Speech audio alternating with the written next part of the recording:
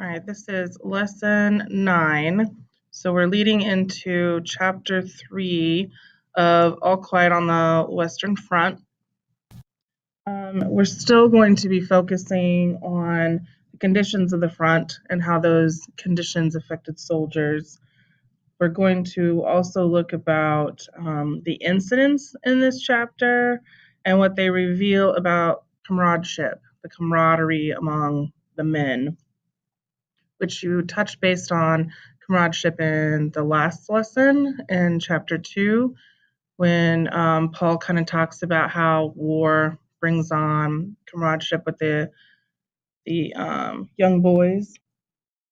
So we're really going to be focusing on how the conditions at the military training camp result in unlikely but deep bonds among the men in the second company. And then you're going to identify in your reading, or while you're reading, instances of this comradeship. And then by the end of this lesson, so by the end of like a couple days, you're going to analyze how it is both a result of, but also a response to the actions of their much maligned officer, Himmelstas, if I can pronounce his name right. So a lot going on, but we're going to spread it out over a couple of days, and I'm going to walk you through it. So before we begin this lesson, I want you to look at this quote. We're going to read it, but after you read it, I want you to try to rewrite this quote in your own words. But by far, the most important result was that it awakened in us a strong, practical sense of spirit de corps, which in the field developed into the finest thing that arose out of war, comradeship. And that came from page 14. So I also want to just touch base real quick that the whole point of this one is we're digging deeper. So I hope you're writing these notes down and these things I tell you to put down in your notebooks, because it is a bit of note taking that will lead to your big picture item at the end of this novel in our writing task, where you're really going to analyze a couple of characters and how their decisions and reactions and situations contributed to their mental state, psychological state. So when I tell you or ask that you to update your character chart, I hope that you're doing so, because I want you to really understand the correlation of the conditions of the front, so conditions of this war, and how it really affects or provoked some of the decisions that the men made during that time period.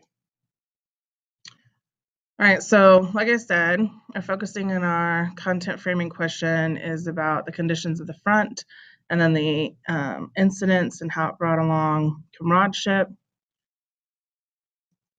So take a moment, if you haven't, from last chapter, just to touch base, double check, did you update your status report on your 4 characters? Now keep in mind, you're not going to every day have something about all 4 characters. There might be just a couple that pop up, but are you recording any of the new characteristics that you're learning about them? Whether it was stuff that you learned about them before they joined the war or while they've been in it. Also, any other incidences that kind of stick out in your mind and how they reacted to it. For example, when their buddy Kimrick, the one who was shot in the leg and then lost a leg and had to pass away, when he passed away, like how did they respond to it? How did they take it? What did they do?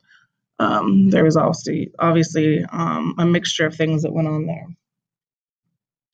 All right, so you're going to read chapter 3, and this is from page 18 to 24 on Actively Learn, and you're going to be looking for instances of comradeship, and that's like the bonding, the things that bring them together.